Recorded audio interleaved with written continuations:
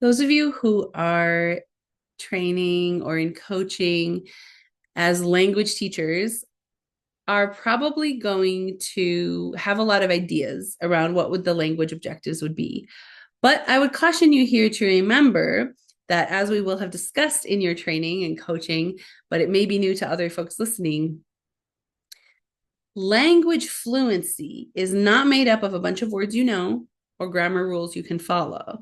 That is colonial thinking, and it is not effective.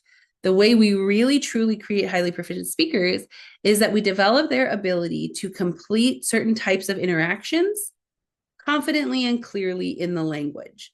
That means that we don't focus on perfect pronunciation, just clear, comprehensible pronunciation, and we don't focus on perfect grammar or long lists of words, only on the ability to competently complete an interaction so that everyone understands what's going on.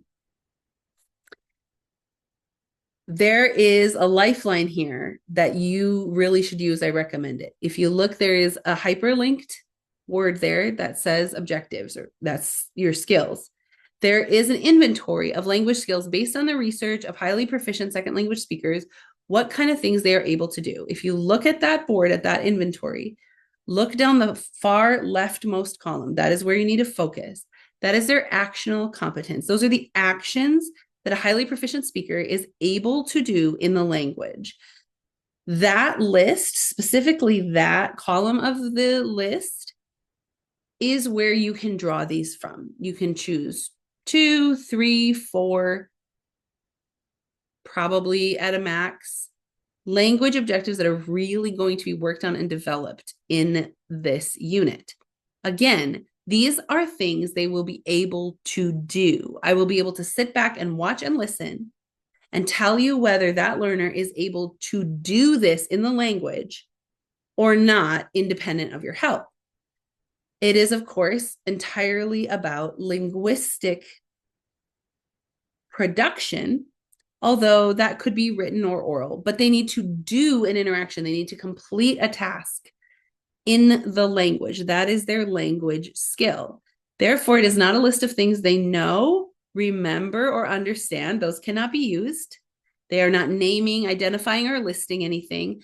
They are actually doing an interaction. So, which interactions are relatively new, challenging, and relevant to the product in this unit? Which ones will they be working on and developing their ability to do through this product?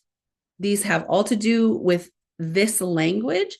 So if you are teaching students in their dominant language, so you're teaching English speaking students in English or Arabic speaking students in Arabic, these are ways that their language is going to grow and become more expressive or more precise or more appropriate to certain domains. For example, writing persuasively, or writing in technical language, or perhaps conveying technical ideas in simple layman's terms. These are language skills. Every single person is developing language skills every single day. So there's no teacher who is not a language teacher. Every single teacher needs language objectives. But if you teach learners to speak an additional language, whether it's a heritage language, a foreign language, whatever it may be, this is where you're really thinking about their proficiency growing through this transformative experience that they're going to have. You're going to practice for it, and then they're going to have the experience, and their expressive abilities in the language are going to grow. So what will they be able to do in the language that they couldn't do before? This applies no matter what kind of teacher you are, a language teacher or mainstream teacher, but it is important to recognize that these are actions that are completed through the language by knowing most of the appropriate phrases, by knowing the protocols of interacting with someone around that type of situation.